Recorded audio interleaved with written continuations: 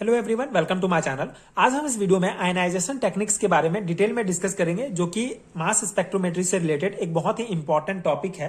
सो ionization techniques को समझने के लिए मास स्पेक्ट्रोमेट्री का इंस्ट्रूमेंटेशन पार्ट देखना होगा। मैंने पिछली वीडियो में मास स्पेक्ट्रोमेट्री का इंस्ट्रूमेंटेशन डिटेल में समझाया है। अगर आपने वीडियो नहीं देखा है तो आपको लिंक मिलेगा, आप उसको पहले देख सकते हैं। सो मास स्पेक्ट्रोमेट्री में जो हम इंस्ट्रूमेंट यूज करते हैं उसको मास स्पेक्ट्रोफोटोमीटर कहा जाता है, जिसमें mainly sample injector, ion source, mass analyser, ion detector, signal sensor and recorder होता है। सो ये जो आयन सोर्स होता है, मेनली आयन सोर्स में जो है दो चैम्बर मिलकर जो है आयन सोर्स का निर्माण करते हैं। यहाँ पे मास स्पेक्ट्रोफोटोमीटर के मेन जो डायग्राम है इसमें आप देख सकते हैं। बेसिकली यहाँ पे जो आयन सोर्स होता है ये sample vaporization chamber and ionization chamber दोनों को मिलाकर आयन सोर्स कहा जाता है। सो यहाँ पे मेन प्रोसेस क्या होता है, अगर हमारा कोई सैंपल सॉलिड फॉर्म में होता है तो पहले उसको सैंपल वेपराइजेशन चैम्बर में गैस फॉर्म में चेंज किया जाता है।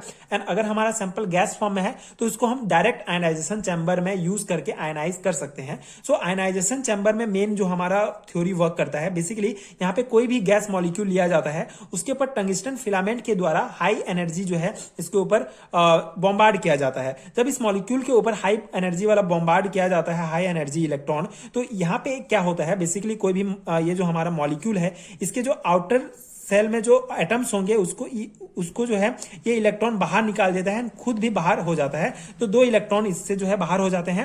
एंड जब ये हमारे इस मॉलिक्यूल से आउटर सेल से इलेक्ट्रॉन बाहर होते हैं तो ये आयनाइज्ड हो जाते हैं, इसमें प्लस चार्ज हो जाता है, प्लस चार्ज जो है प्लस आयन आ जाते हैं। एंड उसके बाद जो यहाँ पे फ्रेगमेंटेशन हो जाता है इस मॉलिक्यूल का M1+ एंड M2+ में। तो इस प्रकार से आयनाइजेशन चेंबर में मेन वर्क होता है। सो ये जो थ्योरी होता है, ये जो आयनाइज करते हैं मॉलिक्यूल को, इसके लिए हम कई आयनाइजेशन टेक्निक्स का यूज करते हैं। बेसिकली ये वर्क करने के लिए, किसी भी सैंपल को आयनाइज करने के लिए, इसके बाद उसको फ्रेगमेंट्स में तोड़ने के लिए हम कई आयनाइजेशन टेक्निक का यूज करते हैं। तो उसी को ही आयनाइजेशन टेक्निक्स कहा जाता है। और ये जो आयनाइजेशन टेक्निक्स होते हैं इसको दो कैटेगरी में डिवाइड किया गया है, mainly hard ionization technique and soft ionization techniques. Hard ionization technique, high energy will be involve, number of fragments ion will be higher and the number of molecular ion will be low. Basically hard ionization technique में high energy जो है involve होता है and number of fragments ion जो है ये ज्यादा होते हैं एंड जो मॉलिक्यूल आयंस होते हैं ये लो होते हैं।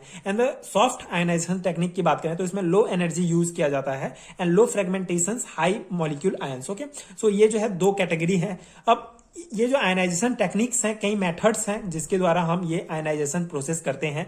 उसके लिए तीन कैटेगरी में डिवाइड किया गया है इन मेथड्स को, gas phase, desorptions and evaporative. So gas phase के अंतर्गत electron impact technique and chemical impact technique आता है। डिसॉर्प्शंस के अंतर्गत field absorption technique, FAB fast atom bombarded technique and MALDI matrix assistant laser desorptions ionization technique आता है। And evaporative के अंतर्गत thermo spray and electro spray ionization, thermo spray ionization, electro spray ionization, APCI atmospheric pressure chemical ionization and atmospheric pressure photo ionization. तो इस प्रकार से ये जो मेथड्स हैं, इन मेथड्स को यूज किया जाता है। आगे आने वाले वीडियोस में हम हर एक टॉपिक को इंडिविजुअल देखेंगे। इस पर्टिकुलर वीडियो में हम गैस फेज का electron impact technique use detail में डिस्कस करेंगे। सो गैस फेज के अंतर्गत दो टेक्निक आते हैं।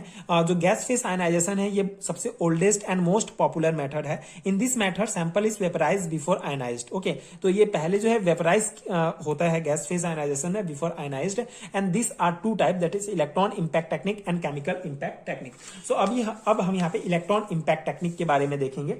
सो electron impact technique, it is also known as the electron bombarded ionization technique and main function of this ionization technique is to convert the gaseous sample into molecular ion. ठीक है, gaseous basically जो हमारा अगर कोई भी sample हम लेते हैं जो गैस फॉर्म में होता है तो उसको डायरेक्ट गैस फॉर्म से मॉलिक्यूलर आयंस में चेंज करने के लिए हम इस टेक्निक का मेन यूज करते हैं। And it is a hard ionization technique because it will produce 17 electron volt. इसको हार्ड आयनाइजेशन टेक्निक के अंतर्गत रखा गया है कि इसमें हाई एनर्जी इन्वॉल्व होता है, लगभग 70 इलेक्ट्रॉन वोल्ट का एनर्जी हम यूज करते हैं आयनाइज करने के लिए मॉलिक्यूल को।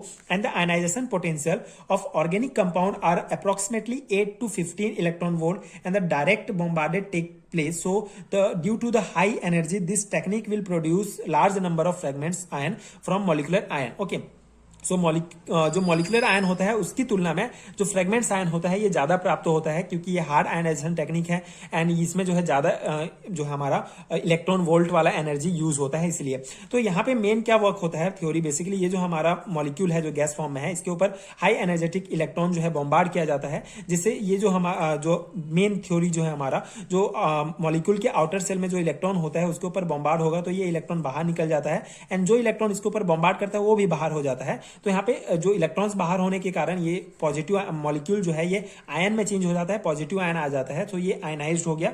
उसके बाद 2 इलेक्ट्रॉन बाहर निकल जाते हैं। उसके बाद जो है हमारा ये जो मॉलिक्यूल आयन होता है जो आयनाइज्ड होता है ये कई फ्रेगमेंट्स में टूट जाता है। तो ये मेन प्रोसेस होता है इलेक्ट्रॉन इंपैक्ट टेक्निक में।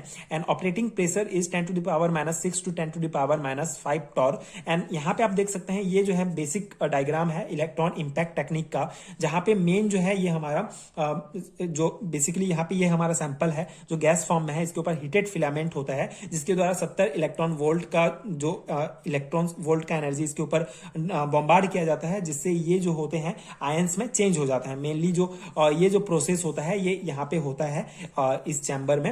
एंड यहाँ पे एनोड होते हैं जो एक्स्ट्रा जो हमारे एनोड के द्वारा जो हमारे जो एक्स्ट्रा जो मॉलिक्यूल्स होते हैं उसको इसके द्वारा डिटेक्ट कर लिया जाता है। मतलब इसको जो है उसके द्वारा बेसिकली यहाँ पे जो आयन कलेक्टर्स होते हैं ये जैसे अगर हमारे इसके ऊपर हमने इस गैस के ऊपर जब हमने इलेक्ट्रॉन बॉम्बार्ड किया तो ये आयंस में चेंज हो जाते हैं एंड इन आयंस को जो है एनोड के द्वारा जो है अपने ऊपर कलेक्ट कर लिया जाता है। एंड ये फिर एनालाइजर की ओर जो है इसको इस आयनाइजेशन चैम्बर का ही मेन वर्क होता है कि इसको एनालाइज की ओर जो है एक्सेलरेट कर देता है। तो इस प्रकार एनालाइजर की ओर एक्सेलरेट करता है। तो इस प्रकार से इलेक्ट्रॉन इंपैक्ट टेक्निक वर्क करता है। एंड ये बेसिक नोट्स है इलेक्ट्रॉन इंपैक्ट टेक्निक का। आई होप कि आपको समझ में आया होगा एंड आपके एग्जाम प्रिपरेशन के लिए हेल्पफुल हुआ होगा।